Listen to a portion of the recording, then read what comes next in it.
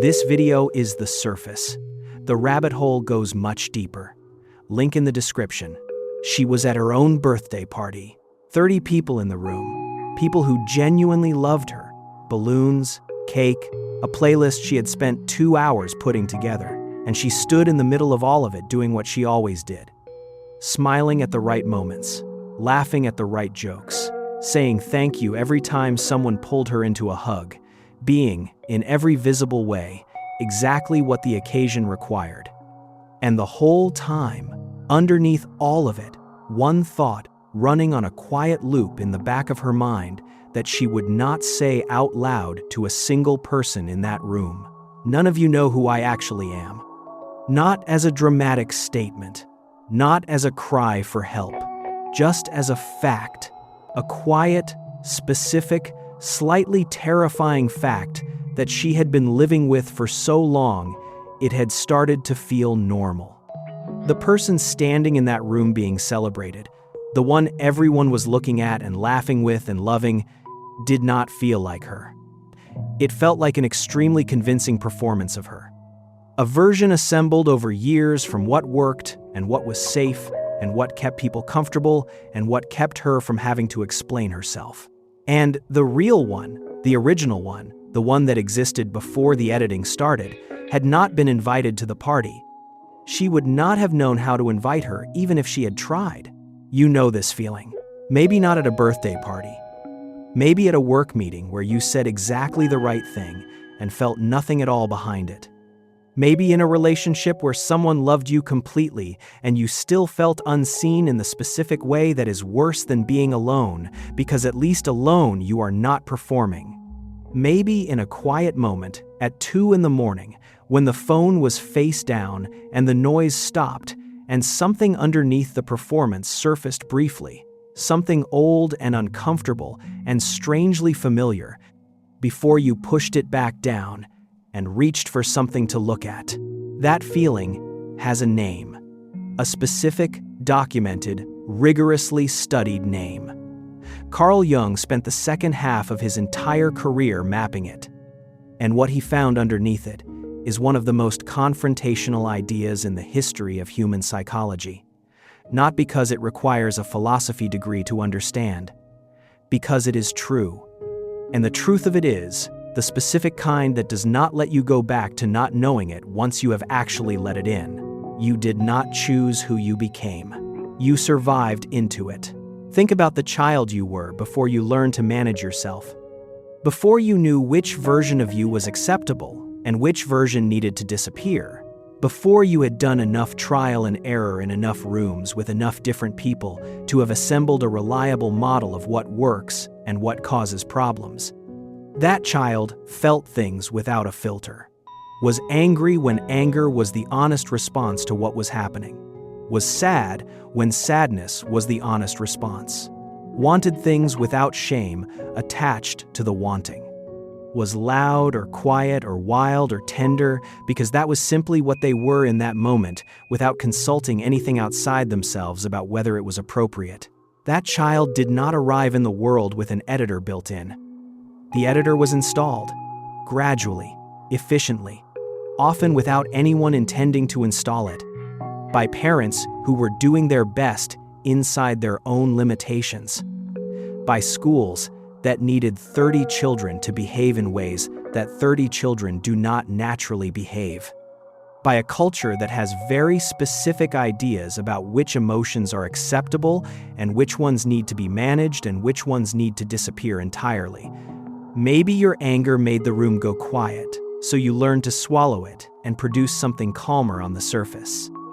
Maybe your sadness was called dramatic or sensitive or too much, so you learned to perform an okayness you did not feel until the performance became so habitual that you started to mistake it for actually being okay. Maybe you were ambitious and it was called arrogant. Maybe you were tender and it was called weak. Maybe you were sexual or loud or grieving or furious in ways that the specific environment you were placed in simply could not hold. And you got the message, early, clearly, without anyone necessarily saying it in words. That part is not welcome here.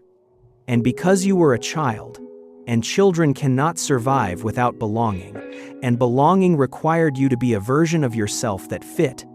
You did what you had to do. You took the parts that caused problems. The parts that made people uncomfortable, or confused, or angry. The parts that did not fit the specific shape of the container you were living inside. And you put them somewhere they could not be seen. Somewhere deep. Somewhere dark, where they would not cause any more trouble. And then you built something on top of the place where you buried them. Something functional, something that worked, something that kept people comfortable and kept you safe and kept the approval coming and kept the belonging intact. Jung called what you built the persona, from the Latin word for the masks worn by actors in ancient Greek theater. A persona was literally the face you put on so the audience could read which character you were playing.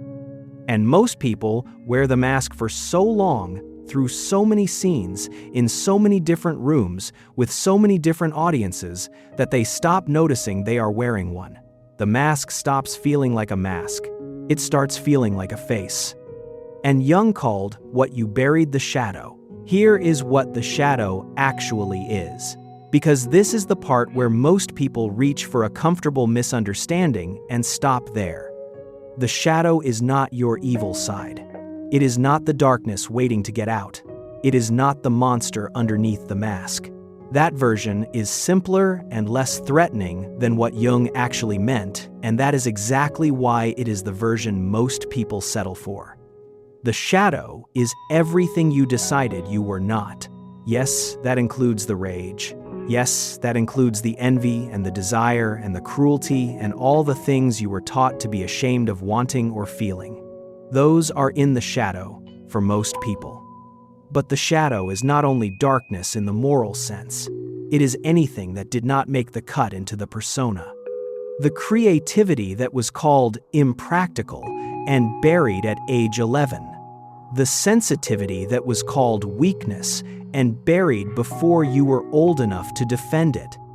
The ambition that was called arrogance and buried to keep the peace in a family that needed you smaller. The grief that was never given enough space and so went underground and has been running as a background program ever since. The wildness that was medicated or shamed or simply ignored until it stopped showing up at the surface and you stopped remembering it had ever been there. The shadow is not just your darkness. It is your unlived life. Everything you were and everything you could have been that did not survive contact with the world. Every part of you that received the message too early and too clearly that it was not welcome here. Every version of yourself that got edited out before it had the chance to find out what it might have become. And this is what makes the shadow so much more dangerous than the simple monster version would be. Because a monster you can fight. An unlived life you cannot. You cannot fight something you have forgotten is there. You cannot integrate something you have spent 30 years pretending does not exist.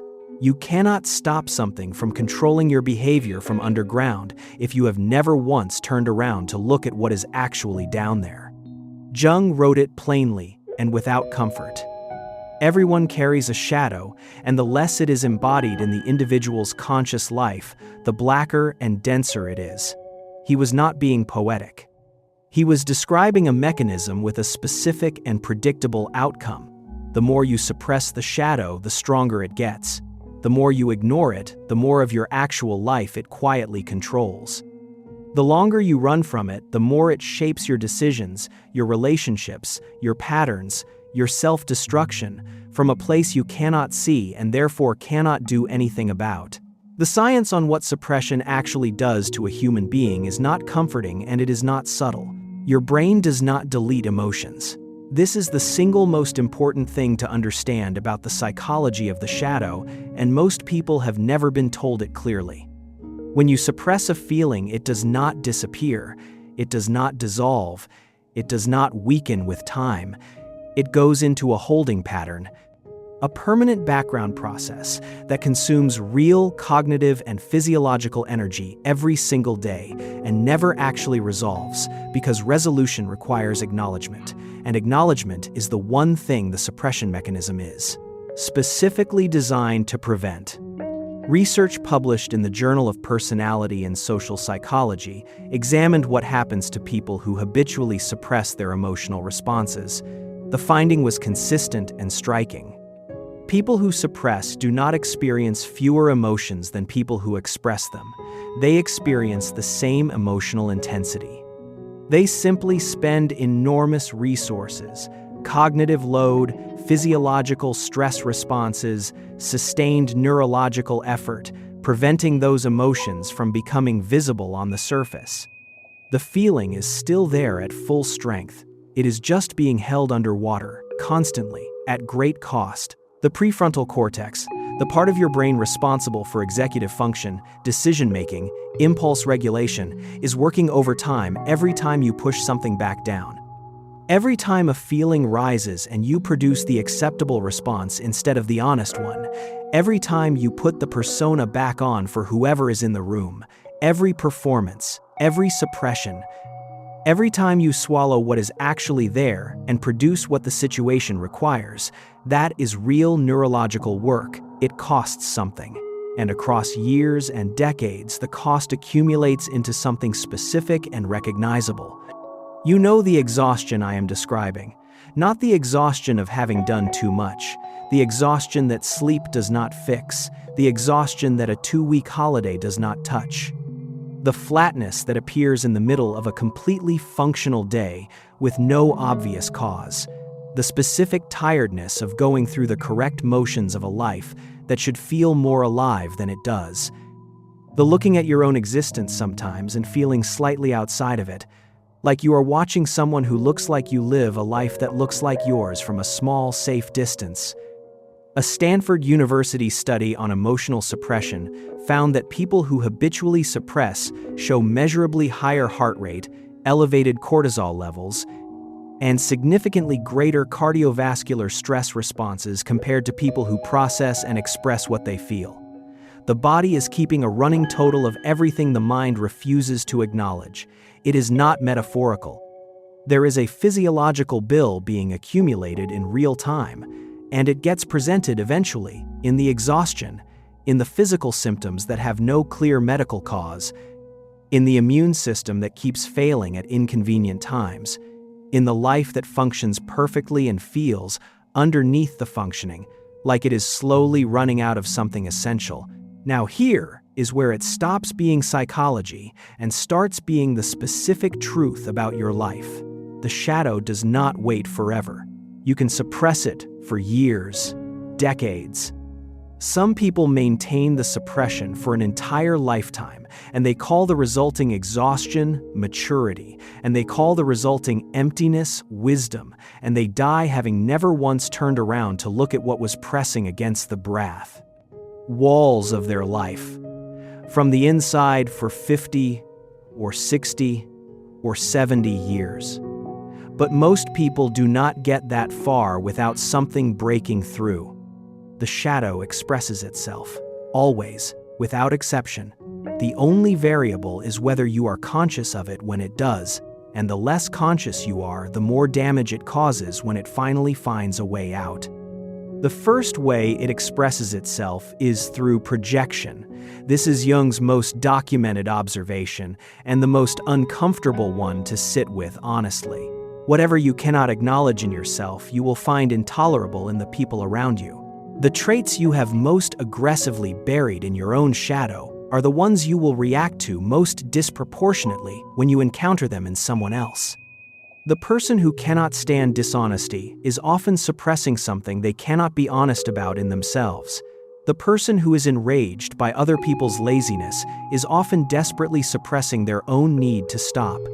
The person who judges others most harshly for being emotional, needy, ambitious, sexual, loud, dark, weak, is almost always sitting on a version of exactly that thing they have never been permitted to express. The disproportionate reaction is the tell. When your response to someone else's behavior is significantly bigger than the situation objectively warrants. When you cannot simply find something mildly annoying but feel genuine contempt, rage, disgust, the specific heat of a reaction that surprises even you with how much is behind it. That is not a character judgment about the other person. That is the shadow recognizing itself in someone else and reacting to what it sees. You are not angry at them. You are angry at the part of yourself you buried that they are currently failing to bury. The second way is through repetition.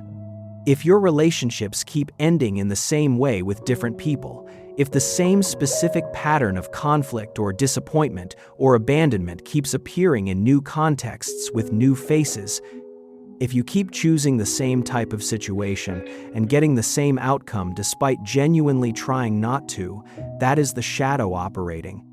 The unconscious keeps choosing scenarios that will eventually force a confrontation with what it already knows needs to be faced. It is not coincidence. It is not bad luck. It is an internal system staging the same scene over and over with different actors until the person at the center of it finally looks at what is actually in the scene rather than at the actors. The third way is through eruption. You say something in an argument you cannot take back and did not know was in you until it came out.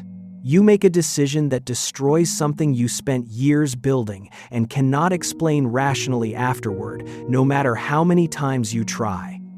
You find yourself drawn towards something or someone that everything you consciously value says is wrong, and you go anyway, and you cannot stop yourself, and you do not fully understand why until much later, if ever. The eruption is the shadow breaking through the defenses at the point where the suppression mechanism reaches its structural limit. It looks from the outside like a moment of madness. From the inside, it often feels, in the aftermath, like the most honest thing you have done in years. Because it just came out without consciousness, and so it came out as damage instead of truth.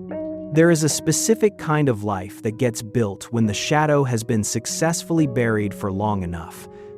It is a good life, on paper, the right career, the right relationship, the right image in the right rooms, the right things said at the right times, the correct achievements accumulated in the correct order. Everything checks out, everyone approves. And underneath all of it, a texture that is difficult to name but completely impossible to ignore once you have noticed it. A flatness, a sense of repetition without progression, the feeling of performing your own existence rather than inhabiting it. The specific and bewildering loneliness of being surrounded by people who love the persona and have never once met the person underneath it.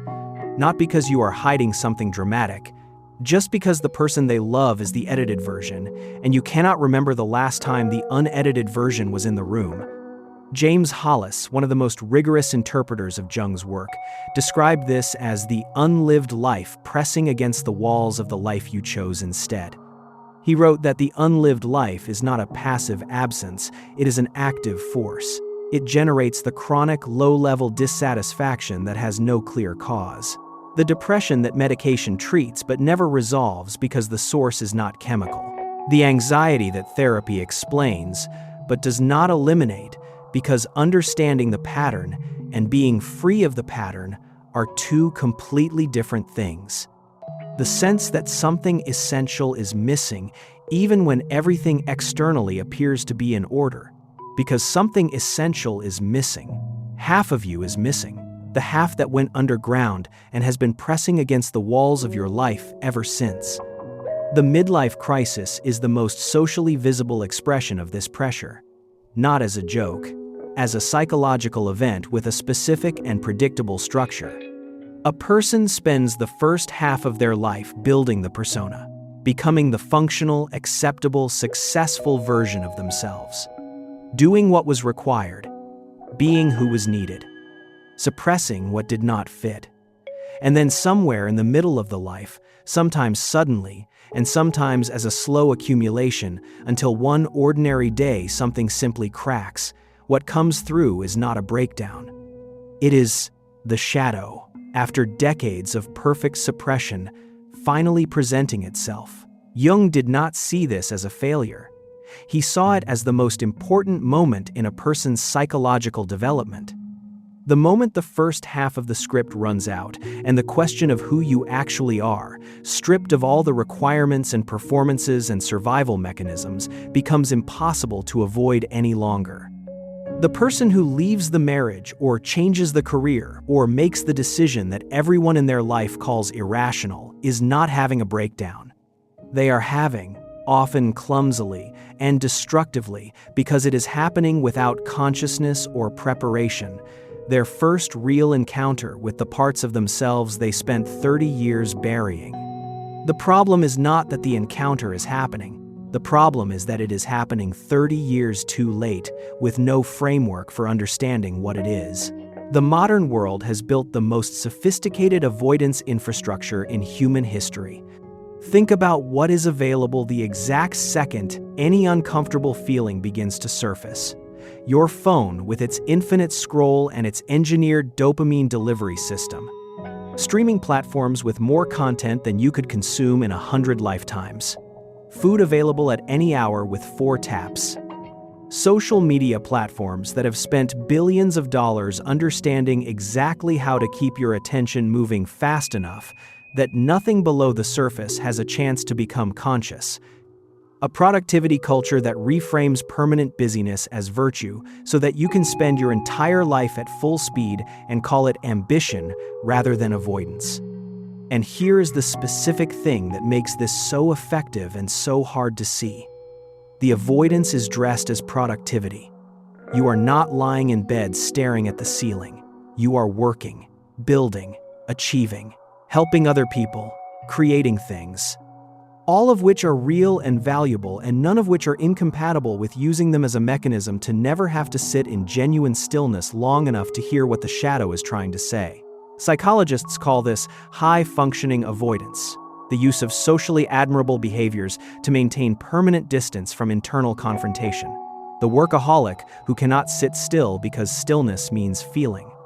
The high achiever who moves from goal to goal because arriving means facing what is there when the movement stops. The person who is endlessly available for other people's problems because other people's problems are a legitimate and socially praised reason to never deal with your own.